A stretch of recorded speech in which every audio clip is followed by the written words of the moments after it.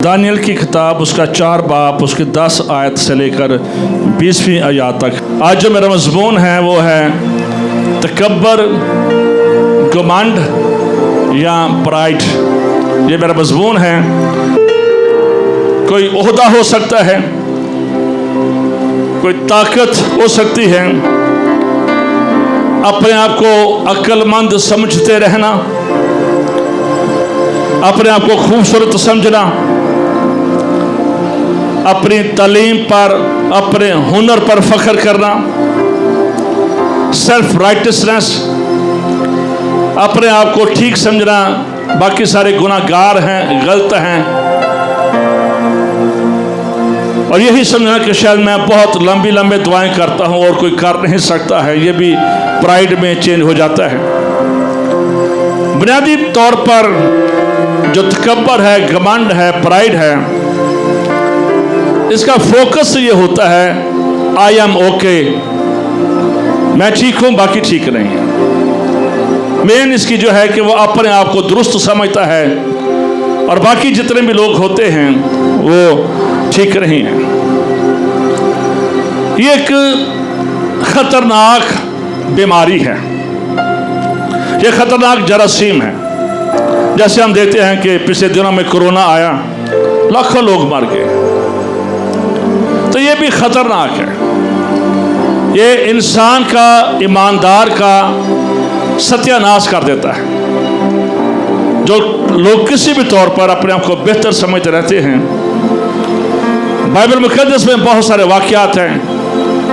Lucifer जो कि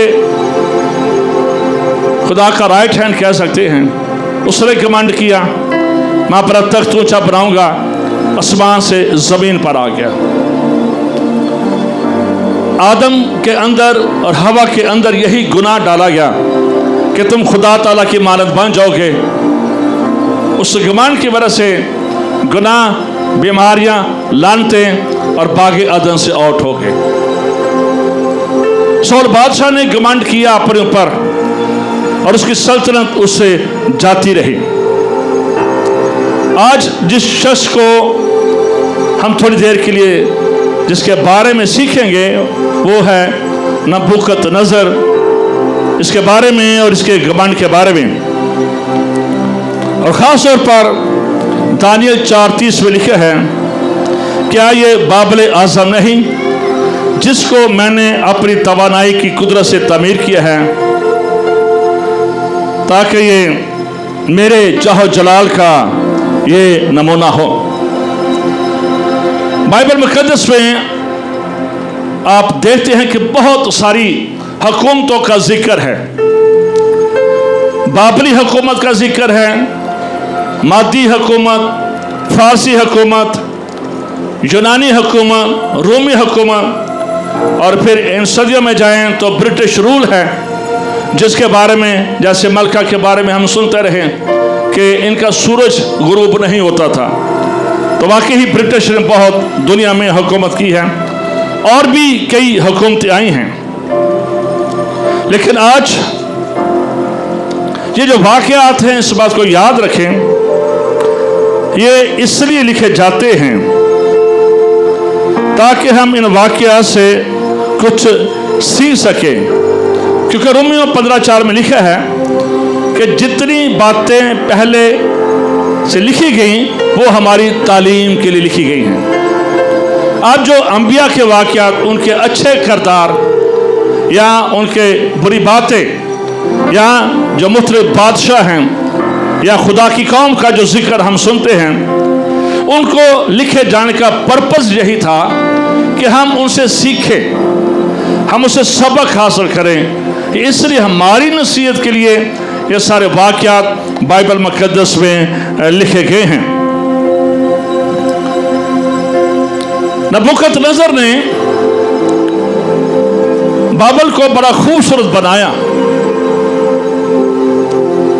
इसकी बीवी पहाड़ी इलाके की थी और इसने उसको खुश करने के लिए बहुत सारे बगात और दरख्त और वह सारा माहौल जो एक पहाड़ी इलाके में होता है, बहुत सारे इसने प्रोटेक्शन का बाबल की प्रोटेक्शन का इसने बड़ा बंदोबस्त किया, बड़े काम इसने नबूकदनेस्सर ने किए।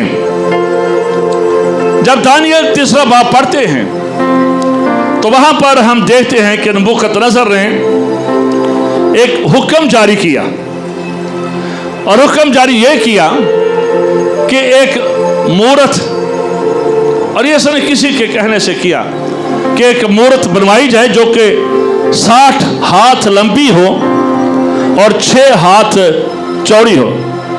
बेसिकली नबूकदनेस्सर और इसके लोग और जो बाबल के लोग थे, ये देवी देवताओं की ये पूजा करते थे। बिलखसूस देवता की और भी इनके बहुत सारे देवी देवता थे। तो ये एक मूरत बनाएगी और उसके लिए यह हुक्म जारी किया गया कि पूरी सल्तनत के अंदर का कोई भी इंसान हो, जब वो म्यूजिक की आवाज़ सुने, बरबत की आवाज़ सुने, ढोलक की आवाज़ सुने, करने की आवाज़ सुने, रबाब की आवाज़ सुने, बहुत सारे साजों का जिक्र है। जब आवाज़ सुने तो हर एक ने झुककर उस मूरत को सिजदा करना था। तो जब साज बजाए गए तो हर एक ने झुककर सिजदा किया, लेकिन 3 लोग जो वहां पर मौजूद थे उन्होंने अपने सर ना झुकाए। सदरक, मिसक और अबदनगो उन्होंने अपने सर नहीं झुकाए थे, क्योंकि उन्होंने बेशक वो बाबल में असीर होकर यानी कि कैदी बनकर आए थे, लेकिन उन्होंने बाय बर्थ अपने माँ बाप से ये ब्लेसिंग हासिल की थी कि अगर सिजदा करना है तो सिर्फ खुदा को सिजदा करना है। ये ब्लेसिंग उनके अंदर थी।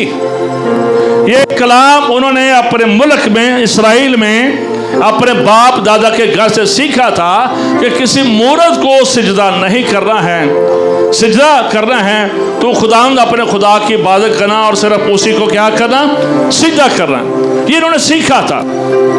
ये तालीम ये कोई बड़ी उम्र के नहीं थे जब ये सीर होकर आए हैं। ये भी टीन एज के नौजवान हो सकते हैं, 18-20 के नौजवान हो सकते हैं, लेकिन शायद वो बातें जो बचपन में, इसलिए जो संडे स्कूल होता है ये बड़ा ज़रूरी होता है कि वो बातें जो संडे स्कूल में टीचर बताती हैं वो बच्चों की ज़िंदगी में किसी न किसी जगह पर काम कर जाती है। वो बातें जो बचपन में बच्चों को सिखाई जाती हैं, जब बड़े होते हैं तो उनके काम आती हैं।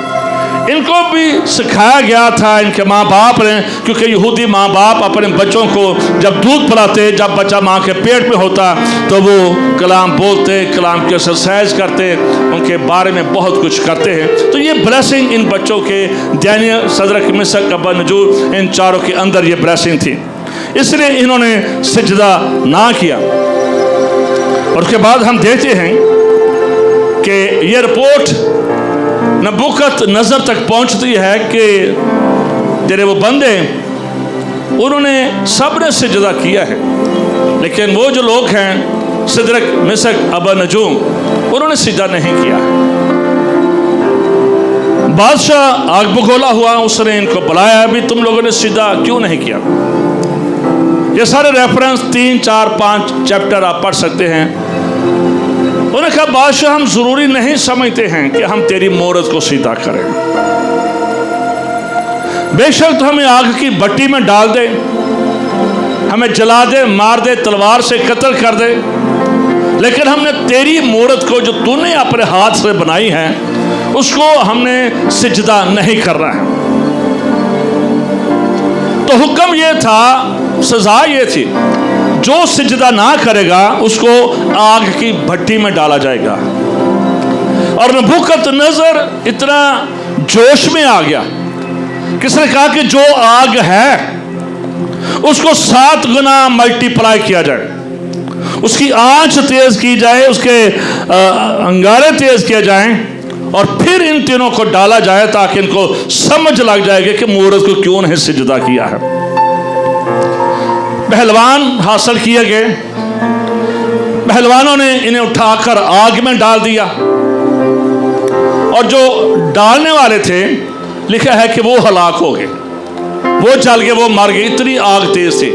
जिन्होंने उठाकर इन्हें भट्टी में फेंका है उसके करीब गए हैं, लेकिन जब ये आग के अंदर गए हैं तो हम सब स्टोरी से वाकिफ हैं कि ना तो इनके कपड़े जले, ना इनके बाल जले, बल्कि आप ये कह रहे हैं कि ये उस आग के अंदर चल फिर रहे थे, कुछ भी नुकसान नहीं हुआ।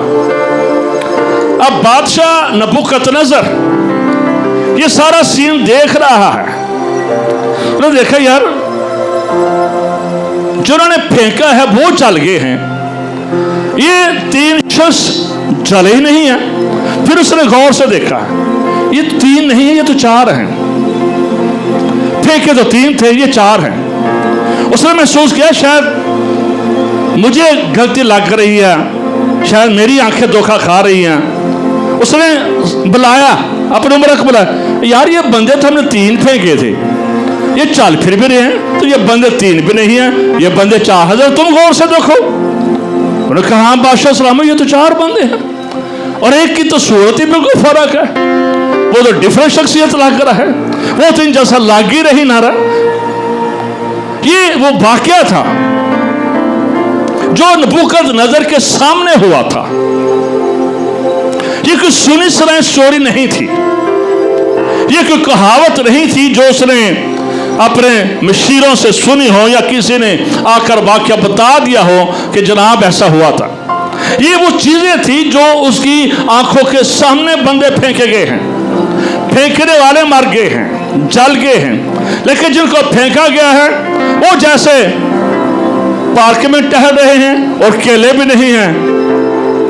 ये एक बड़ा डिफरेंट वाकया था, ये एक सुपर नेचर वाकया था। खुदा हमारी जिंदगी में बहुत सारे सुपर नेचुरल चीजें करता रहता है, वाकयात होते रहते हैं, लेकिन many time you don't understand. हम खुदा की मेहरबानी को याद नहीं रखते हैं। नबूकदनेस्सर ने ये सारा कुछ वाकया देखा है, लेकिन अफसोस ये है कि उसने इस वाकये से सीखा कुछ नहीं। जब जिंदगी में मुख्तलिफ तजर्बात होते हैं, जब जिंदगी में ऊंच नीच आती है, तो हमें सीखना चाहिए। ये हमारी तालीम और तरबियत के लिए होते हैं, ये हमें आगे ले जाने के लिए होते हैं, ये हमें सिखाने के लिए होते हैं।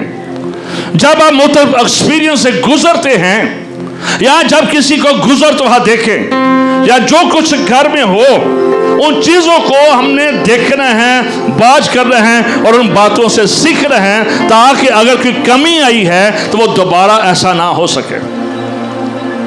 नबूकदनेस्सर ने तजर्बा किया है, ये सारा कुछ उसकी आंखों के सामने हुआ है और उसने महसूस भी कर लिया कि इनका खुदा इनके साथ है, इनका खुदा इनके साथ है और इनको बचाने के लिए आ गया है। ये सारा एक्सपीरियंस हुआ है, लेकिन शायद उसने सीखा कुछ ना। और उसके बाद जब हम आगे बढ़ते हैं, दानियल 4 बाब में 10 से 30 वाकया है, तो लिखा है कि नबूकदनेस्सर ने अपने बेड पर, अपने पलंग पर एक ख्वाब देखा, एक रोया देखा, और देखता क्या है कि एक बहुत ऊंचा दरख्त है, वो बहुत बढ़ गया है और बड़ा मजबूत है, उसकी जो चोटी है वो आसमानों तक है और दूर दूर से उसको देखा जा सकता है, पूरी दुनिया के इंतहा तक लोग उसको देख सकते हैं।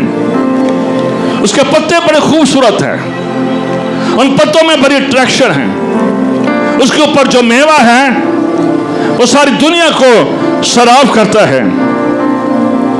और लिखा है कि तमाम बशर ने उससे परवरिश पाई है। वो दरख्त, उसका फल, ये सब कुछ देख रहा है। और फिर वो देखता है कि एक फरिश्ता आता है, और फरिश्ता आता है और कहता है इस दरख्त को काट डालो।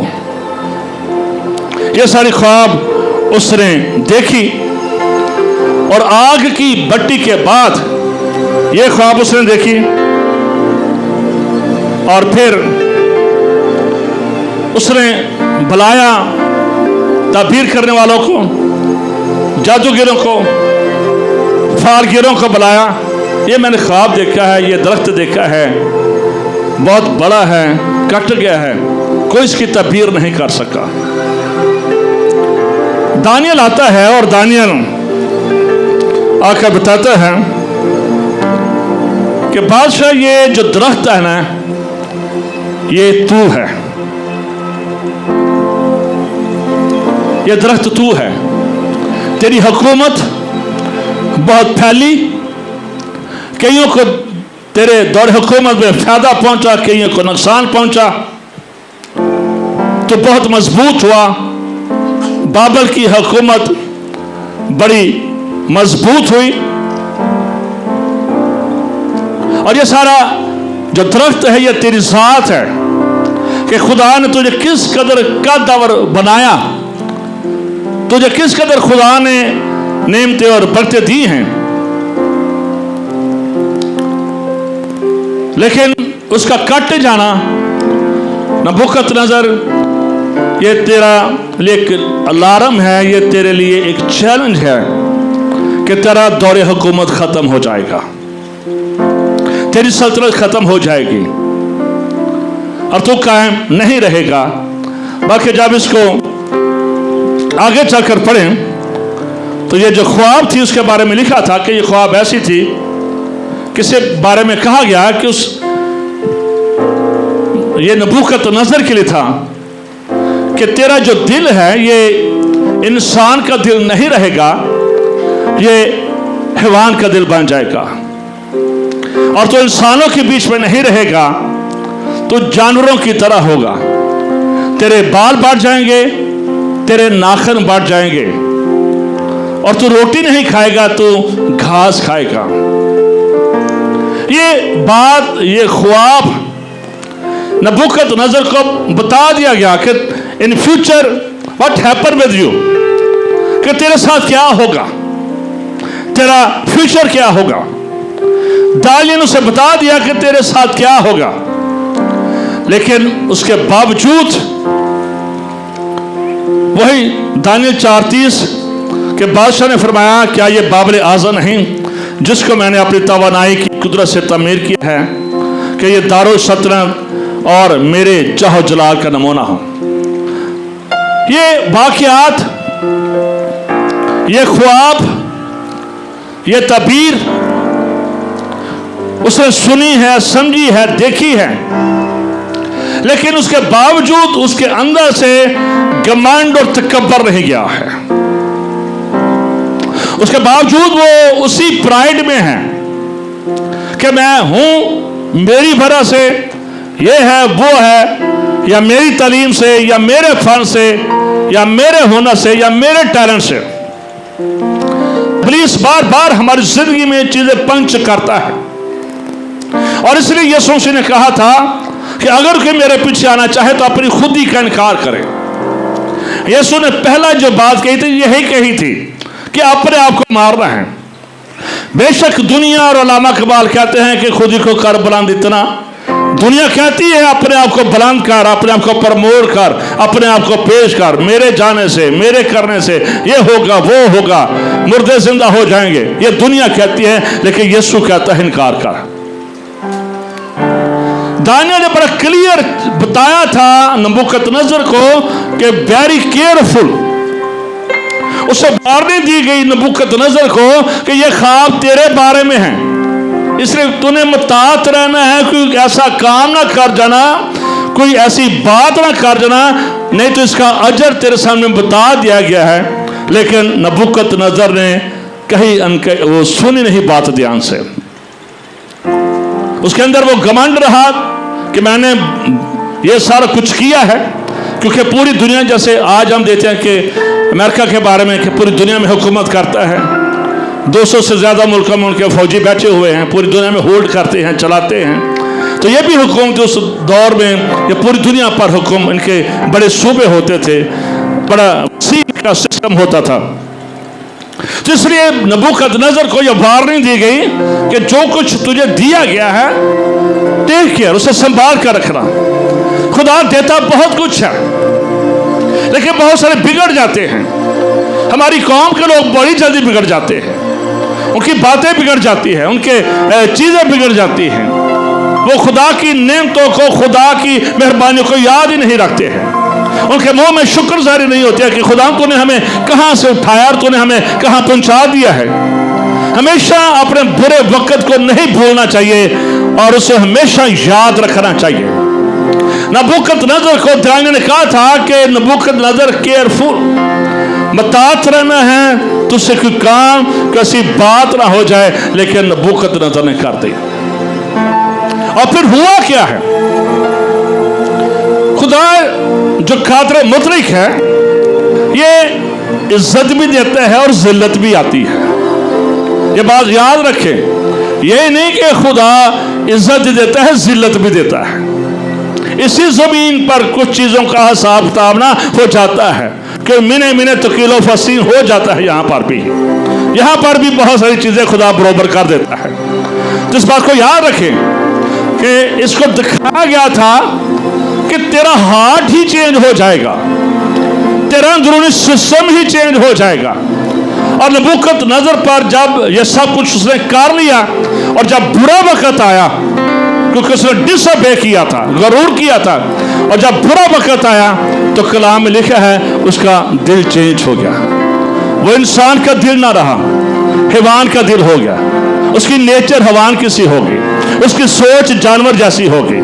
लोग उसके लिए शाही खुराक लेकर आते। बादशाह सलामत, हमने ये शहंशाह से तिक्का कढ़ाई मंगवाया है। बादशाह सलामत कहना मेरे लिए पट्टे लेके आओ।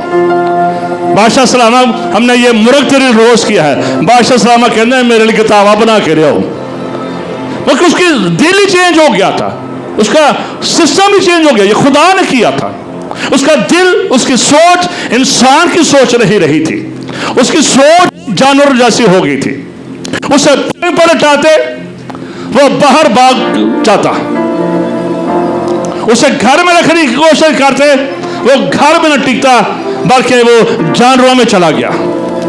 और जब जानवरों में चला गया तो आप ये देखते हैं कि ये उसकी तस्वीर है। यह तस्वीर है, ये नबूकदनेस्सर की ये तस्वीर है। ये उसका हाल हो गया था। उसके नाखन मार गए। आजकल नहीं फैशन, अमेरिका में बड़ा फैशन है लंबे लंबे नाखन, तो इसके भी ऐसे ही ये फैशन होता भी ऐसे बाबर की हुकूमत से भी नबूकदनेस्सर को ये फैशन करवाया गया था। उसको ये फैशन कराया गया, उसके बाल बड़े बढ़ गए। अब ये लोग इसके लिए खुराक खिलाते, इसका अमला इसके लिए खुराक खिलाता, लेकिन ये घास ढूंढता था। ये सच वाकया है, ये स्टोरी नहीं है, ये बाइबल में लिखी है। ये दानिय्येल 3-4 बाब में लिखी है, जहां पर लोग खुदा की राह को नहीं जानते, नहीं पहचानते। बस औकात हम ऐसे ही जिंदगी गुजारते हैं कि हम पूरी उम्र घास खाते रहते हैं, हम पूरी उम्र ऐसे ही जानवर जैसे जिंदगी गुजार देते हैं और हमें समझ नहीं आती है कि हमारे साथ हो क्या रहा है। नबूकदनेस्सर के साथ यह भी हो कि वो इंसान ही नहीं रहा।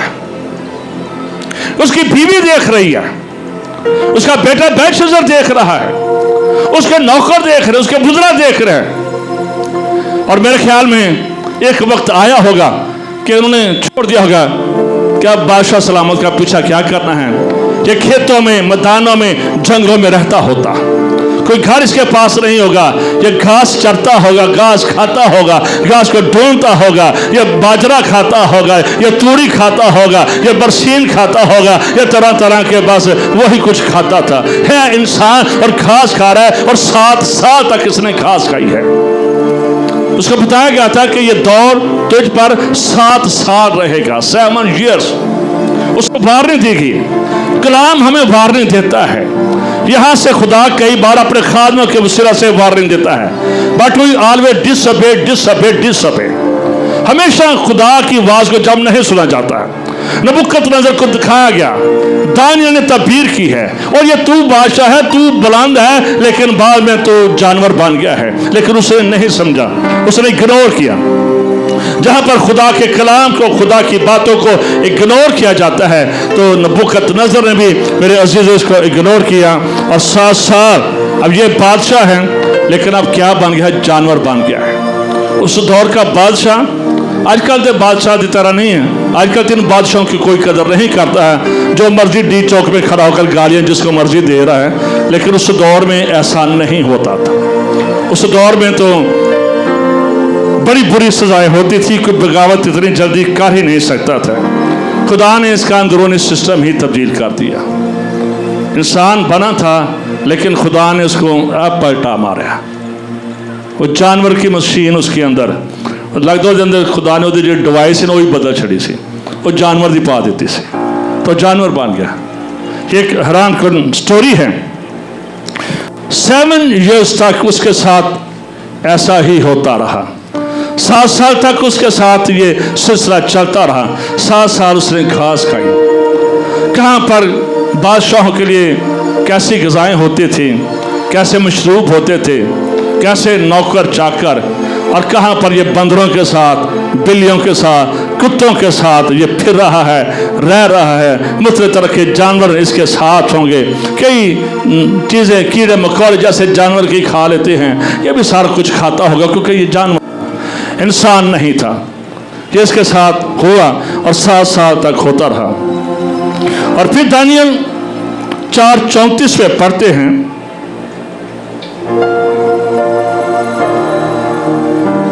और इन अय्याम के गुजरने के बाद नबूकदनेस्सर ने आसमान की तरफ आंखें उठाईं और मेरी अक्ल मुझ में फिर आई, और मैंने हक ताला का शुक्र किया और उस हय्युल क़य्यूम की हम्द व सना की, जिसकी सल्तनत अब्दी और जिसकी ममलकत पुष्ट दर पुष्ट रहती है। आफ्टर 7 years, 7 साल के बाद फिर से उसकी डिवाइस तब्दील खुदा ने कर दी। फिर से पहले इंसान, फिर जानवर, 7 साल का ये, और फिर 7 साल बाद फिर से जानवर से इंसान। और लिखा है कि वो कहता है कि फिर से मेरी अक्ल मुझ में वापस आई। चलो शुक्र है 17 साल बाद मेरी अक्ल आ गई, कि ये आंदी ही नहीं है।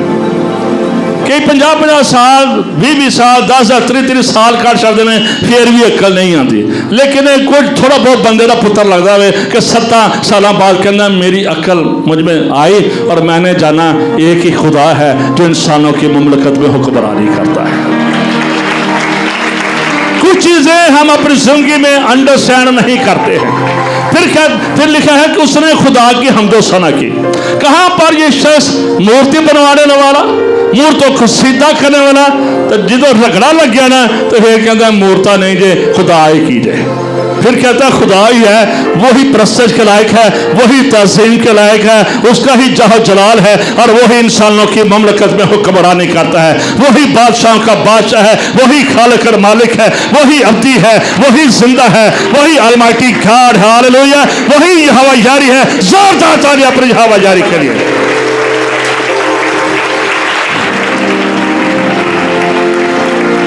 मूर्तियां छूट गई, कितने 60 हाथ, मेरे ख्याल 90 फुट बांधी हुई दिक्कत, 90 फुट मूर्ति आप देखिए। उसको सीधा करवाने वाला, उसके आगे सीधा, उसके आगे साज नरसिंगे बजवाने वाला, जो ना करे उसको ये कत्ल करने वाला है। लेकिन अब जब इन हादसा से गुजरा है, जब खोता बन के देख लिया, उन्हें खोता ही बन गया ना, जब सारा कुछ बन के देख लिया तो फिर कहना नहीं रब रब ही, हालेलुया, खुदा खुदा यार। फिर उसका शुक्र अदा कर, खुदा मैं तेरा शुक्र करना जो पहला साल तुम मैंने दिते हैं। खुदा मैं तेरा शुक्र करना तू मैंने 17 साल बाद मैंने रिस्टोर कर देता है। खुदा मैं तेरी शुक्रगुजारी करना वा तू मैंने इस वक्त जो गुजारिया, लेकिन तू मैंने कट लिया। खुदा मैं तेरी शुक्रगुजारी करना तू मैंने बचा लिया, तू मैंने फिर से मेरे तख्त से वापस लाया। खुदा बाप मैं तेरा शुक्र करना, क्योंकि समझ गया है कि शुक्रगुजारी सिर्फ खुदा दी बनती है। हालेलुया, ये शुक्रगुजारी करता है। शुक्रगुजारी किया करें, जो कुछ खुदा ने दिया है ना उसको मामूली ना समझा करें। जो कुछ भी है, बेटी है, बेटा है, गुर्बत है, एक टाइम की रोटी है, बहुत अच्छे हैं वसाइल हैं, बट ऑलवेज थैंक्स गॉड। हमेशा खुदा का शुक्र अदा करें, बजाय के रगड़े लाल ला के शुक्र करना सीखिए। रगड़े तो बगैर भी बंदा सीख सकता है, जरूरी नहीं कि बंदे तो खोते ही बनती है सीखे, उसका बगैर भी सीखा जा सकता है। उसके बगैर भी अकल आ सकती है। बजाय के सारे दुख ठा के फिर अकल आए अही बड़े रहे हैं, असी खुदा को दूर रहे हैं, हुण नहीं छुट्टी करनी भाई जी, हुण हाँ चर्च जाना वे, हुण असी दह यकी विधान दे, हुण असीं दुआ भी करा दे। तो सारी कमिटमेंट पहले इतवार होंदी है, अगले इतवार पता नहीं होंदा किथे गए हैं। कि हम दुख उठाते रहते हैं बट वी डोंट लर्न। सीखा करे खुदा का कलाम, ये वाकयात हमारे सीखने के लिए हैं। फिर वो बहाल हुआ, फिर गवाही देता होगा ओ भाई रब्बी की इबादत करो, होर कोई मूर्तियां शुर्तियां जिन्हें है जिन्हें रिमूव कर दो, डिलीट कर दो, जिथे जिथे पईयां जिन्हें हटा दो। वो समझ आ गई ये मूर्ति तो बचा नहीं सकी थी, हालांकि खुदा ने तुझे दिखा दिया था आला ज़ादा की सूरत उसने देख ली थी, उसने तो देख लिया था, लेकिन कई बार अखा नहीं ना खोल दिया, कई बार असी बजे रहने नबूकदनेस्सर ने देख लिया था यार बंदे 3 सुट्टे ने आ 4 गए ने, वो चौथा है भी फर्क है। खुदा ने दिखा तो दिया था लेकिन अक्ल बंद सी, अखा बंद सन, कुछ समझ नहीं हो की गया। खुदा ने तजर्बा तो दे दिया था लेकिन उस तजर्बे को याद नहीं रखा। खुदा ने पिछले वक्तों में तो मेरी सुन ली थी, कैसे मुझे निकाला था, कैसे हम बीमार थे, कैसे एक्सीडेंट में हलाक होने वाले थे, कैसे ये दुख से खुदा ने हमें निकाला था, लेकिन वक्त तेजी से गुजर रहा है, इसलिए वो शुक्रगुजारी हमें याद नहीं रहती है, खुदा की मेहरबानी हमें याद नहीं रहती है। इसको दिखाया गया, बताया भी गया। यकीनन दानियल ने सामने बैठ कर बादशाह सलामन तेरे तो भैड़ा टाइम आने वाले, लेकिन नहीं कोई नहीं भाइयों जी गल्लां करते हैं। अब फिर से इसकी हुकूमत आ गई।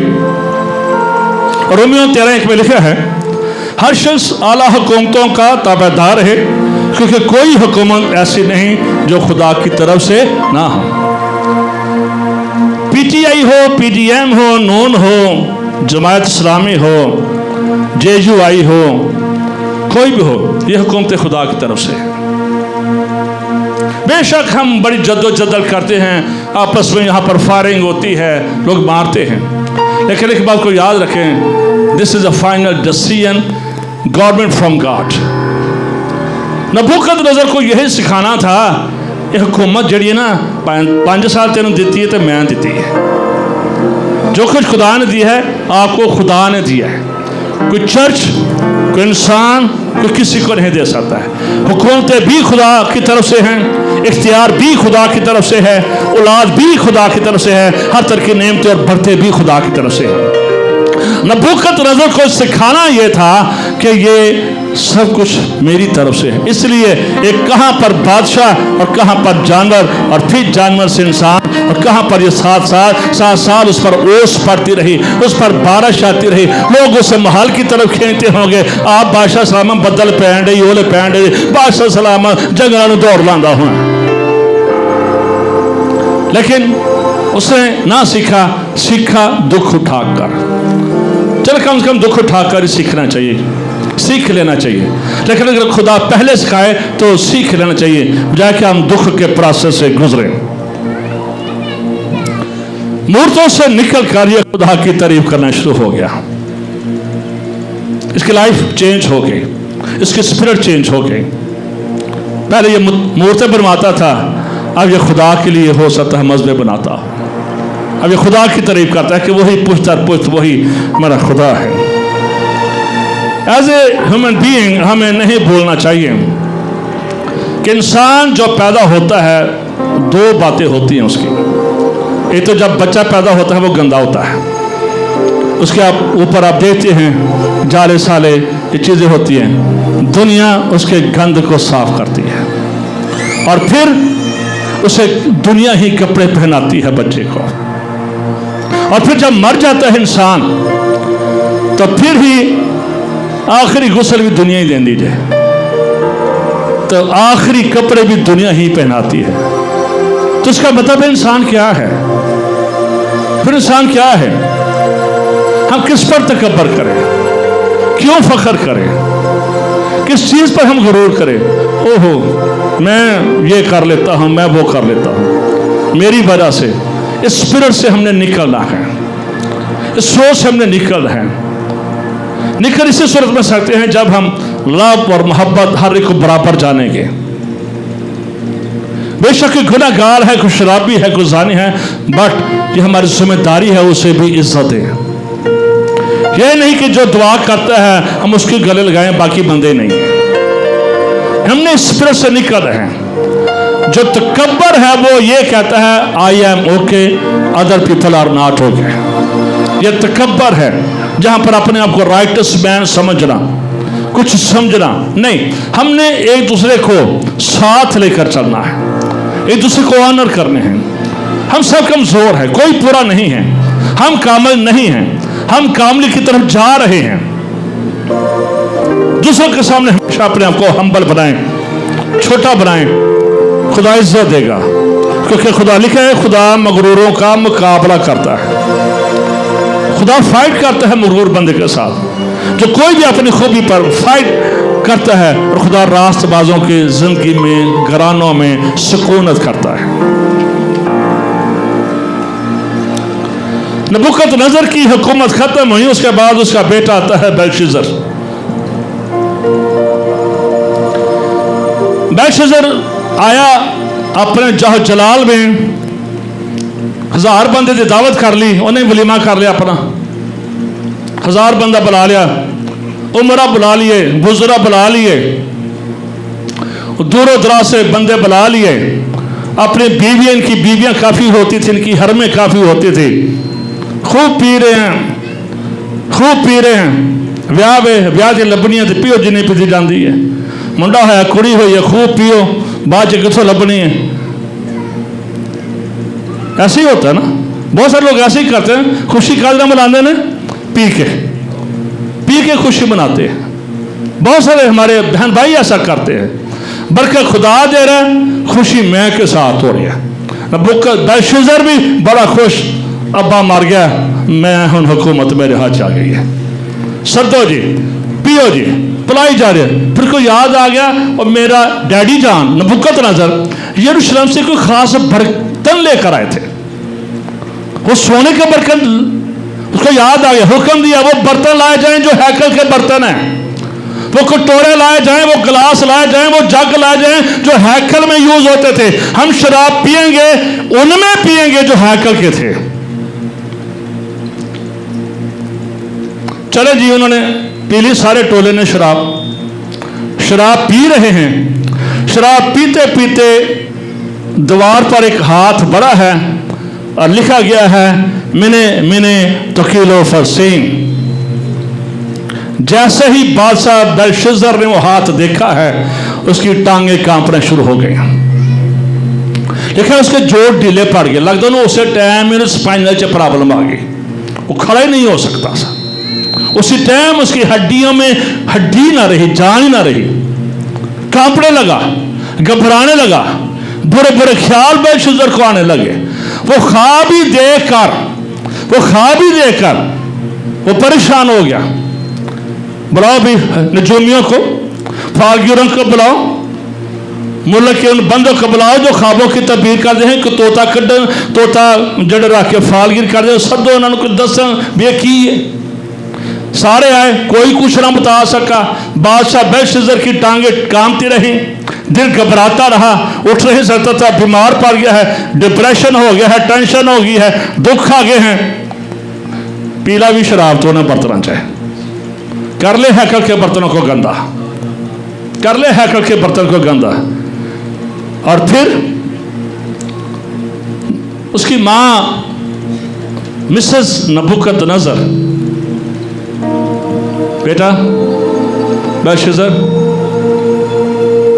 तेरे बाप के दौर में एक बंदा था जिसके अंदर खुदा का रूह था, उसका नाम दानियल है, तो उसको बुला।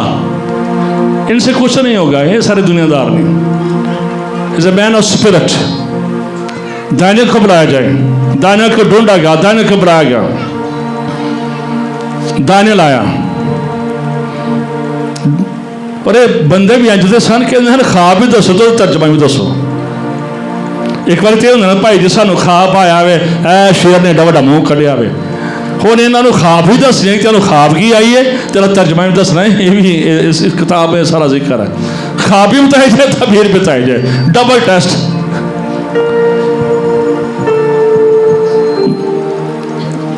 तबीर बताई गई, और फिर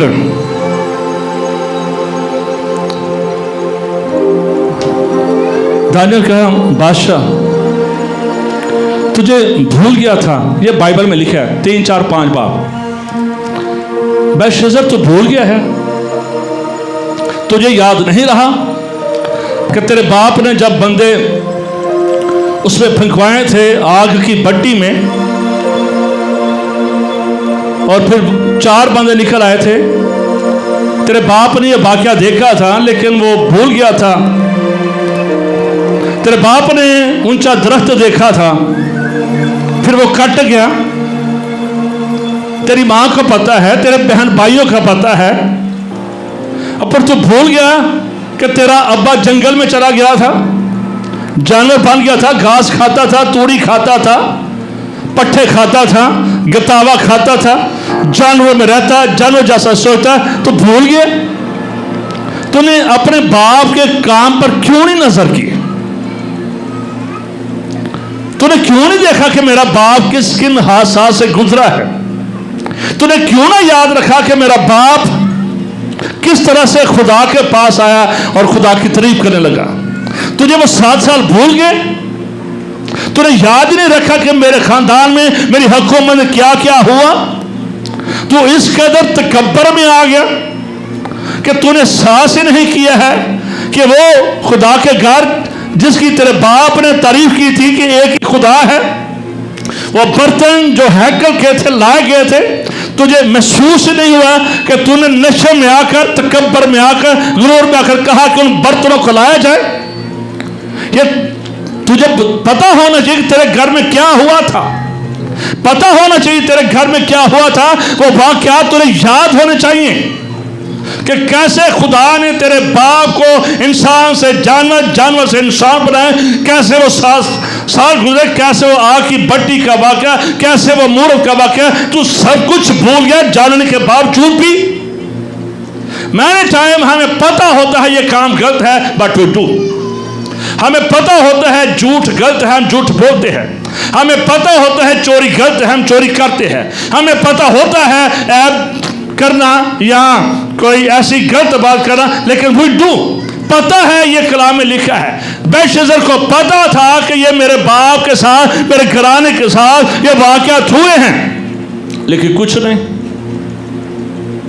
इसका मतलब है उसने अपने बाप की राह को ना जाना। बने इसराइल के जितने भी बादशाह यहूदा और इसराइल में आए, शमाली और जनूबी सल्तनत में, हर एक में 18 20 बादशाह हैं, यहूदा में भी। और उनके बारे में आखिर में यही लिखा है, जो अच्छे बादशाह थे उनके बेटे के बारे में, और वो अपने बाप की राह पर ना चले, और वो अपने बाप की राह पर ना चले। डियर चर्च, हमें अपने बाप की राह पर चलना है। ये वो राह है जो हमें सब कुछ बताता है। बच्चों की रूहानी, बच्चों की जिम्मेदारी है कि अपने बाप की राह पर चले। और देखिए हमारा बाप क्या करता है। रूहानी बच्चे अंडरस्टैंड करें कि हमारा बाप क्या करता है, हमने वैसे चलना है। अपने बच्चे इस गौर करें कि हमारा बाप किस बात पर चलता था, और बाप अच्छी राह पर चल रहा है, उस राह को अपनाना चाहिए। और खुदा ने बाप के अंदर अच्छी नेमतें और बातें रखी हैं, उसको हमें अडॉप्ट करना चाहिए। जरूरी नहीं होता है कि हम उस जैसी आवाज निकालने जो कड़े चो कट के आगे भेजन रहे हैं, ये जरूर नहीं है। बात करैक्टर की कर रहा हूं। हमारा करैक्टर जो है आसमानी बाप के मुताबिक होना चाहिए। हमारा करैक्टर यीशु मसीह के मुताबिक होना चाहिए। और अगर आपका चरवाहा अच्छा है तो उसको भी आप फॉलो कर सकते हैं। बेलशस्सर ने यह नहीं किया। बाप की जिंदगी में उसने सारी चीजें अच्छी देखी हैं, लेकिन फिर भी नबूकदनेस्सर के बाद उसने उल्टा काम किया और बुरा काम किया, और खुदा के बर्तनों की, हैकल के बर्तनों की तहकीर के। और फिर जो उसने देखा, लिखा हुआ था, मिने मिने तकीलो फरसिंग, मिने मिने तेरा हिसाब किताब किताबे। मिने का मतलब है तेरा हिसाब किताबे। मैं क्या ना जमीन तो भी हिसाब हो जाते हैं, थोड़ी बहुत माइनस प्लस ना इत्थे भी हो जाता है। तकलीम तू तराजे में तोला गया, पलड़े में तोला गया, तो कुछ नहीं निकला। You are nothing, you are nothing. तेरे जज किया गया है तो कुछ नहीं है, तोला गया है तो कुछ नहीं है, चुके तो कुछ नहीं है। इसलिए तेरी सल्तनत, तेरा इख्तियार, तेरी बादशाह तुझसे ले ली गई, ले लिया। उसी रात बेलशस्सर कत्ल हो गया, उसी रात, सेम टाइम, उसी रात वो हुकूमत ही चली गई, बाबरी हुकूमत ही खत्म हो गई।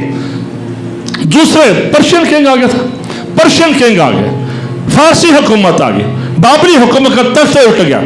और वजह क्या थी? अपने माँ और बाप की राह पर नहीं चला था।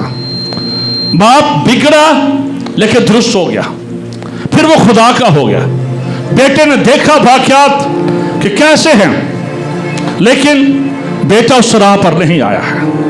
मेरी ये दरख्वास्त है रूहानी बच्चों से, आप सब से, अपने बाप की शख्सियत को अपनी जिंदगी में आने दें। यीशु के बारे में लिखा है, उसने कहा कि उसने अपने आप को खाली कर दिया, सब कुछ खाली कर दिया, जमीन पर आ गया कुछ करने के लिए। एक ऐसे घर में आया जेड़े शुक्रगुजारी भी नहीं कर सकते।